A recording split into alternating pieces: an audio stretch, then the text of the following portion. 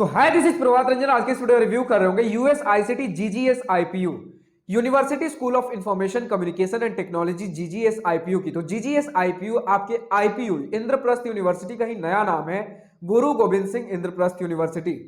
तो GGS IPU के main Dwarka वाले कैंपस के अंदर बहुत सारे कोर्सेज ऑपरेट कर रहे होते हैं, जिसे आप अलग अलग स्कूल्स या फिर डिपार्टमेंट्स कह रहे होते हो।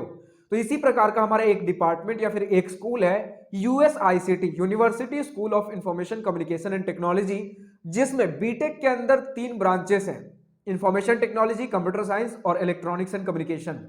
तो अगर आपको इन तीनों ब्रांचेस से बीटेक करना है जीजीएस आईपीयू के अंदर, तो आप यूएसआईसीटी से कर सकते हो। यूएसआईसीटी जीजीएस आईपीयू के खुद के कैंपस एरिया के अंदर लोकेटेड है। इनका खुद का एक डिपार्टमेंट है जो अलग अलग बीटेक ब्रांचेस ऑफर कर रहा होता है।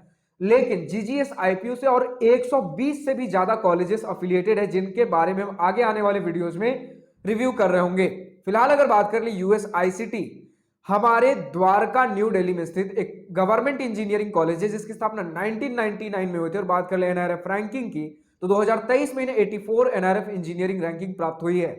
हर कॉलेज रिव्यू डॉक्टर आज की इस वीडियो में भी सबसे पहले इंटरनेट पर जितना भी डेटा अवेलेबल है, like placements, admission process, cut off fee structure, बहुत क्विकली डिस्कस करने के बाद आराम से इत्मीनान से college and hostel life discuss कर रहे होंगे। तो स्टार्ट कर ले प्लेसमेंट के साथ। तुम्हारे पास 2022 का ऑफिशियल प्लेसमेंट डेटा अवेलेबल है जीजीएस आईपीयू की तरफ से। तो इनके ऑफिशियल प्लेसमेंट रिकॉर्ड्स में बता रखा गया है 2022 में 45 एलपीए का हाईएस्ट पैकेज गया, 12 एलपीए का एवरेज पैकेज है, 70 से ज्यादा कंपनीज आई थी, 370 से ज्यादा ऑफर्स आए थे। अब 370 से ज्यादा ऑफर्स का मतलब ये नहीं है कि 370 से ज्यादा स्टूडेंट्स प्लेस्ड हैं।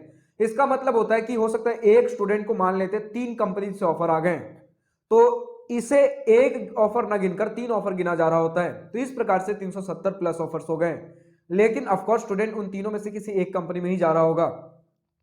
90% स्टूडेंट्स प्लेस्ड बताए जा रहे हैं। लेकिन अब ये सारा डेटा हमारे पास ओवरऑल प्लेसमेंट स्टैटिस्टिक्स है, सभी बीटेक ब्रांचेस यानी कि 3 बीटेक ब्रांचेस हो गए, information technology, computer science, electronics and communication, इन तीनों को मिलाकर।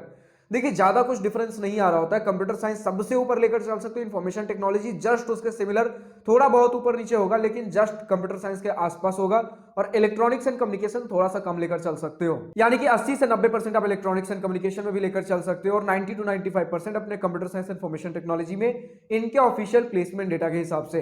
अब अगर इसी के साथ हम बात कर ले कि हमारे पास लाइक 120 प्लस इंटर्नशिप ऑफर्स बताए जा रहे होते हैं, तो अब इससे एक आइडिया लगा पा रहे हो कि जितना हमारे पास टोटल नंबर ऑफ ऑफर्स आ रहे प्लेसमेंट के लिए, लगभग उनसे 1/3 1/4 के आसपास हमारे पास इंटर्नशिप ऑफर्स हैं। तो इससे आप एक आइडिया लगा सकते हो कि हमारे पास जितने टोटल नंबर ऑफ प्लेसमेंट के लिए ऑफर्स आ रहे हैं, लगभग उससे 1/3 हमारे पास इंटर्नशिप्स के ऑफर आ रहे होते हैं।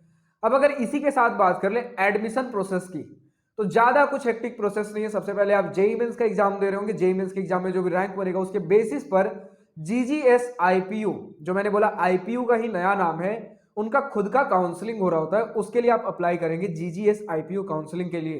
इसके थ्रू आपको कॉलेजेस और ब्रांचेस अलॉट हो रहे होंगे। बात कर ले कट ऑफ की, तुम्हारे पास JEE Mains 2023 general student last round के क्लोजिंग रैंक के कट ऑफ के स्क्रीनशॉट लगे हुए हैं। Like computer science engineering Delhi region वाले स्टूडेंट्स के लिए क्लोज हुआ था 42,640 रैंक पर, और वहीं आउटसाइड दिल्ली रीजन वाले स्टूडेंट्स के लिए क्लोज हुआ था 22,997 रैंक पर। बाकी सारे ब्रांचेस की आप देख सकते हो। आप देख पा रहे हो कि इतना ज्यादा डिफरेंस हमारे दिल्ली स्टूडेंट्स और आउटसाइड दिल्ली स्टूडेंट्स में क्यों आ रहा है कट ऑफ में? क्योंकि इस इंस्टीट्यूट में 85% सीट्स आपके दिल्ली रीजन वाले स्टूडेंट्स के लिए रिजर्व्ड होते हैं, जिसके वजह से बहुत थोड़े से सीट्स बच जाते हैं आउटसाइड दिल्ली रीजन वाले स्टूडेंट्स के लिए। तो कंपटीशन बढ़ जा रहा होता है हमारे आउटसाइड दिल्ली रीजन में। अब अगर बात कर ले फी स्ट्रक्चर की, तो हमारे सामने डिटेल्ड इंस्टीट्यूट फी, ट्यूशन और बाकी सारे फी का स्क्रीनशॉट लगा हुआ है, जिसमें हॉस्टल और मेस इंक्लूडेड नहीं है। लेकिन स्टूडेंट्स ने बता रखा है कि अप्रोक्सीमेटली 70,000 आपका पर ईयर हॉस्टल मेस दोनों देखकर लग रहा होगा, दोनों मिलाकर लग रहा होगा। तो इंस्टीट्यूट, हॉस्टल, ट्यूशन, मेस सब कुछ मिलाकर 4 साल का बीटेक फी आपका बहुत ज्यादा नहीं, सिर्फ और सिर्फ 6 लाख के अंदर आराम से निपट जा रहा होगा। बट हॉस्टल और मेस के बारे में ज्यादा चिंता करने की जरूरत नहीं, क्योंकि बहुत सारे स्टूडेंट्स को मिल ही नहीं रहा होता है कि इन्हें मिलता है कि इन्हें नहीं मिलता। अब चलिए कॉलेज एंड हॉस्टल लाइफ वाले सेक्शन में डिस्कस करते हैं। तो फाइनली हम पहुंचते हैं अपने college and hostel life most awaited topic के ऊपर। तो सबसे पहले इसी पॉइंट के साथ स्टार्ट करना चाहूंगा। हमारा यूएसआईसीटी आपके जीजीएस आईपीयू के कैंपस एरिया के अंदर लोकेटेड है। अब जीजीएस आईपीयू का 2 कैंपस एरिया देखने को मिलेगा। सबसे मेन कैंपस इनके द्वारका के अंदर है, और एक नया कैंपस खुला है इनके ईस्ट दिल्ली में। तो ईस्ट दिल्ली वाले कैंपस में आपको सिर्फ और सिर्फ इनके 2 स्कूल्स देखने को मिल जाएंगे, जिसके ऊपर हम आगे आने वाले वीडियोस में रिव्यू कर रहे होंगे। लेकिन आज का हमारा कैंपस यूएसआईसीटी आपके जीजीएस आईपीयू के मेन कैंपस द्वारका वाले कैंपस के अंदर सिचुएटेड है, जो कि 78 एकड़ का कैंपस एरिया है।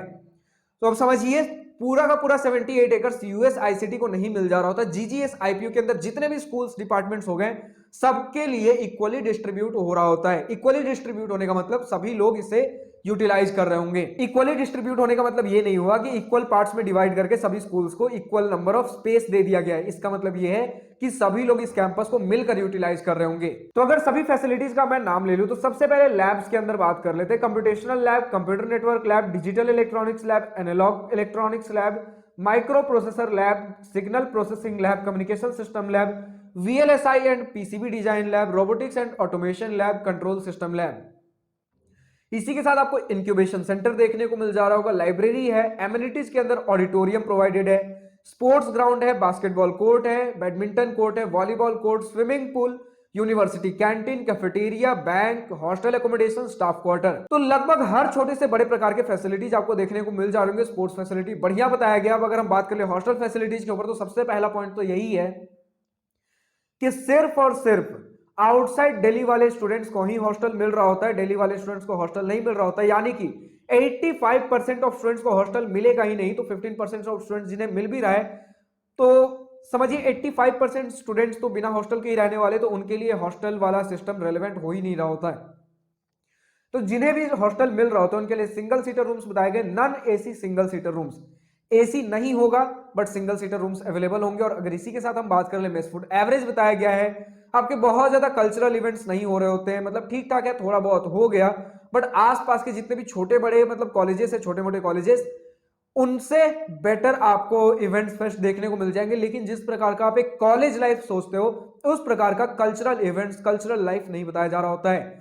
इसी के साथ हम बात करें 75% अटेंडेंस पॉलिसी है, लेकिन बहुत ज्यादा स्ट्रिक्ट नहीं है, लेकिन फिर भी स्टूडेंट्स ने बताया कि थोड़ा बहुत हमें मतलब थोड़ा सा स्ट्रिक्ट माहौल देखने को मिल जाता है।